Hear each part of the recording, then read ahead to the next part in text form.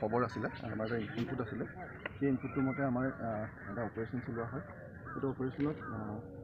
আজি এখন ট্ৰাক ধৰা হয় ট্ৰাকখনৰ তাত আচলতে আপোনালোকে জানে যে তেওঁলোকে সদায় এই বস্তুবিলাক চিক্ৰেট চেম্বাৰত আনে আৰু সদায় বেলেগ বেলেগ ধৰণৰ বুদ্ধি কৰি আনে এইবাৰ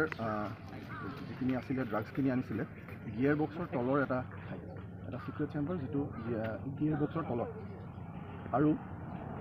পিছফালে বস্তু আনে তাৰ ওপৰত ত্ৰিপাল পৰা থাকে বৰষুণৰ পৰা বস্তুবোৰ বচাবলৈ সেই ত্ৰিপালখন ডাবল কৰি দিছে তাৰ মাজত ভৰাই দিছে তাৰমানে যদি পুলিচে গাড়ীখন চেক কৰে ত্ৰিপালখন যদি পুলিচে বিচাৰিটো বস্তু চেক কৰিব সেই ত্ৰিপালখন বিচাৰি দিয়াৰ লগে লগে ত্ৰিপালৰ লগত সেই বস্তুখিনি যিখিনি ড্ৰাগ আছিলে ড্ৰাগখিনিও আঁতৰাই দিছে বেগটো খুলি পেলাই বেগটো খোলে কিবা এটা ভিতৰত থাকিলে যিখন কাপোৰ ভিতৰত থাকে সেইখন কাপোৰখন বিচাৰি পেলাই আপুনি তলত দিয়া হৈছে ইয়াত ত্ৰিপাল আছে সেই ত্ৰিপালখনৰ ভিতৰত মানে ভাজ কৰি পেলাই তাৰ ভিতৰত বঢ়াই আনিছে যাতে পুলিচে যদি গাড়ীখন ৰাখে যদি চেক কৰে ত্ৰিপালখন বিচাৰি দিয়াৰ লগে লগে বস্তুখিনি অট'মেটিক আমাৰ হাতৰ পৰা নাইকিয়া দিয়ে মানে যি চেক কৰিছে তেওঁৱে যেন বস্তুখিনি আঁতৰাই দিলে তেনেকুৱা হ'ব আৰু যিটো গিয়াৰ বক্সটো এনেকুৱাকৈ তাত মানে এটা চেম্বাৰ বনাইছে গিয়াৰ বক্সটোৰ তলত আৰু সাধাৰণতে ড্ৰাগছ বা যিকোনো বস্তু আনিব খুজিলে গাড়ীৰ ভিতৰত যিবোৰ খালী থাকে যিবিলাক খালী চেম্বাৰ থাকে তাৰ লগত সেই চেম্বাৰটোক এক্সটেণ্ড কৰে তাৰ পৰা থাকে বা পিছফালে আৰু এটা চেম্বাৰ বনায়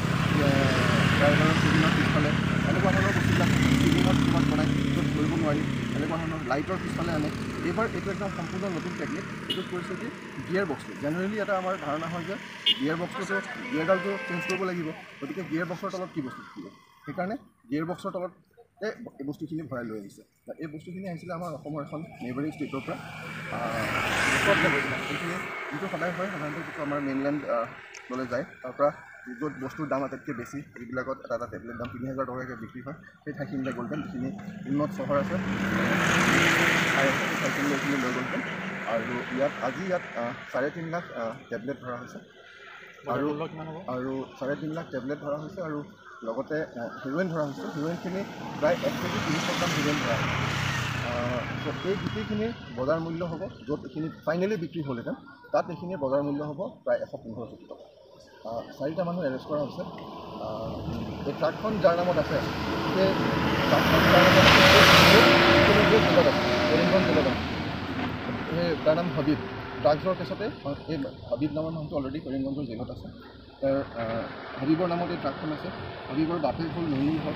নৈমুলক ধৰা হৈছে নৈমুলে এই ট্ৰাকখন পাৰ কৰাইছিলে নৈমুলৰ লগত এটা আছিলে